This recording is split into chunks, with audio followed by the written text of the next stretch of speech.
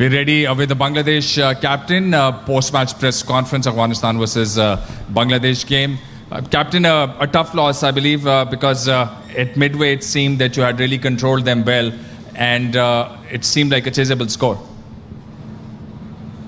I think when we start our game, I think all the bowlers did a very great job. I think on that wicket we should have win the way our bowler bowled. So I think as a batting group we made a lot of poor decisions that cost us today.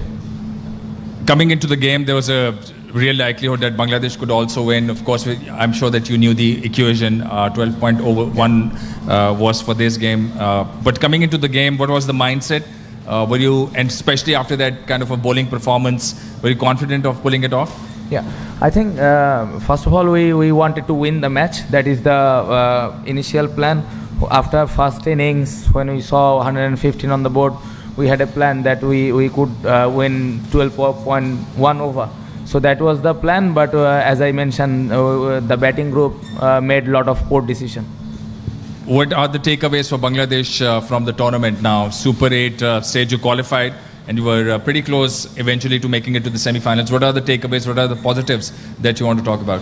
I think as a whole bowling unit doing a great job, especially I mentioned Rishad, whole tournament he bowled really well. Tanzim Saqib bowled well. I felt all the bowlers did a great job.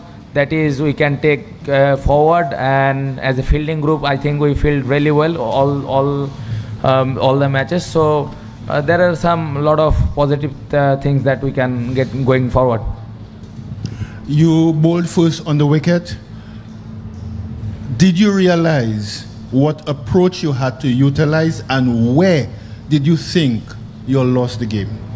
I think bowling wise we had a plan that taking early wickets, but I think Gurbaz and Ibrahim batted really well, but in the middle we controlled the game. I think all the bowlers did a great job. As I mentioned, the batting group made a lot of poor decisions that cost us today. Questions in Bangla now. Captain, আমি তাসফিক পলক ক্রিক frenzy থেকে। আমি যেহেতু একমাত্র হয়তো একাধিক প্রশ্ন করব, তো প্রথমেই জানতে চাই যে আমরা তো আসলে সেমিফাইনালে যাওয়ার চেষ্টাটা নিশ্চয়ই করেছিলাম, কিন্তু শেষ পর্যন্ত যখন আমরা যেতে পারলাম না, এরপরে আমরা ম্যাচটাও আসলে জিততে পারলাম না। এমন হার নিশ্চয়ই হতাশার। তারপরে আসলে এই হারটাকে কিভাবে আপনি ব্যাখ্যা করবেন? না, অবশ্যই অনেক হতাশার এবং অনেক কষ্টেরও, কারণ এই ম্যাচ খেলতে আসার আগে সবারই পরিকল্পনা ছিল যে ম্যাচটা আমরা আগে জিতবো, বাট ওই রকম সিচুয়েশন যদি হয় অবশ্যই এই চান্সটা আমরা নিব, যেটা আমাদের হাতে ছিল আমরা ওটা নিতে পারি নাই, এবং পুরা ব্যাটিং গ্রুপটাই আমরা খুবই বাজে বাজে ডিসিশন নিয়েছি।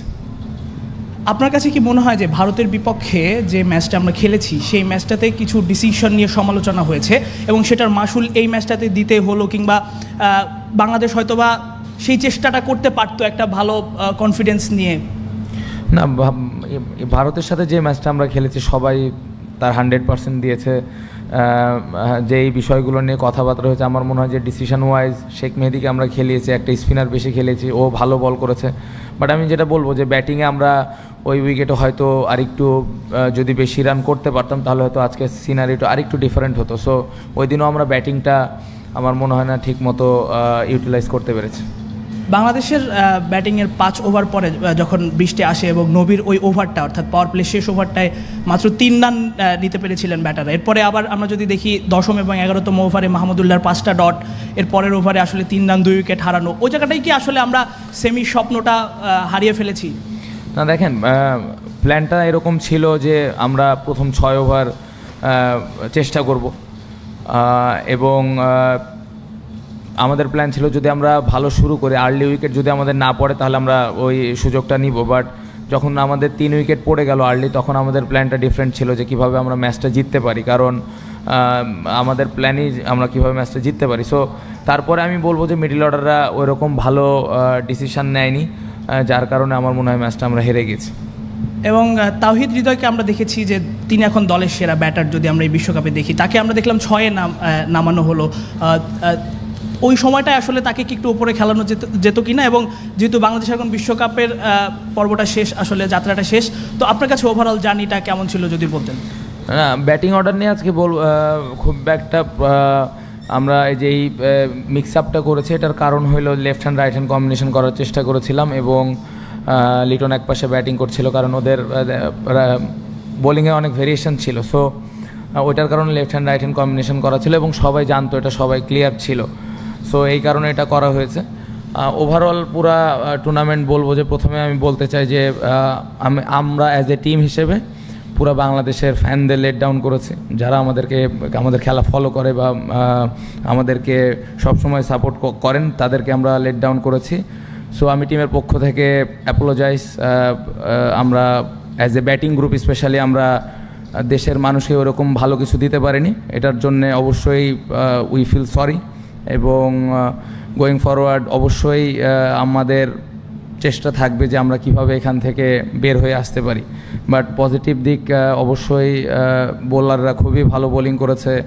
রিশাদ এরকম একটা বড় টুর্নামেন্টে সে পুরা সবগুলো ম্যাচে অলমোস্ট ভালো বোলিং করেছে। সো বেশ কিছু পজিটিভ দিকেও ছিল, বাট ব্যাটিং গ্রুপটা আমরা পুরা ফ্যানদেরকে লেট ডাউন করেছি, পুরা দেশের মানুষকে আমরা বলতে গেলে কষ্ট দিয়েছি। সো বাট চেষ্টার কমতি ছিল না, 100% সবাই চেষ্টা করেছে, সবাই সবার প্রতি অনেস্ট ছিল, এটাও আমি বলতে চাই। বাট আমরা দিন শেষে পারিনি, সো এটার জন্যে টিমের পক্ষ থেকে sorry. Thank you very much captain. Thank you.